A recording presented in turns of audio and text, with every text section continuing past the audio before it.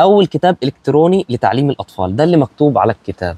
يلا بينا اوريكم الكتاب ده بيقول ايه. ده تاب ناطق بيجي لغتين عربي انجليزي، بيجي معاه قلم سبوره، عباره عن ايه يعني. شايف الشخبطه دي؟ انا لسه مشخبطها على فكره. اشخبط كده واقوم جاي وامسح كده. اوكي، ما شاء الله الخامه هنا محترمه جدا زي ما انت شايف كده.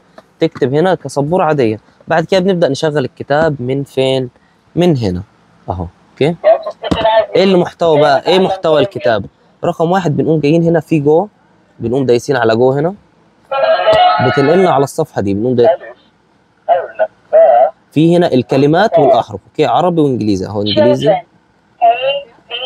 عايز دلوقتي اروح الصفحه اللي بعديها مثلا، الصفحه دي في جو هنا لازم ادوس عليها عشان انتقل للصفحه دي. وفي هنا كلمات انجليزي او احرف انجليزي على اساس ان الطفل برضه يقوي عصب ايده ويبدا يكتب. اوكي، نقول هنا بص كده، ركز معايا. جو هنا دي ايه؟ خضروات وفواكه. اوكي، نيجي هنا مثلا اسماك.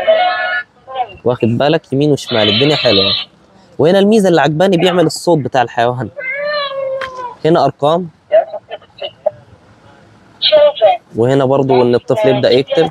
حرفيا جامد جدا. والميزه هنا كمان ان انت لما تيجي هنا وتبدا تشغل قران كريم، في بيتهيألي جزء عامه كله، جزء عامه كله. فانا حرفيا شايف الكتاب ده ممتاز جدا للتعلم ولذيذ وعملي جدا جدا جدا. السلام عليكم.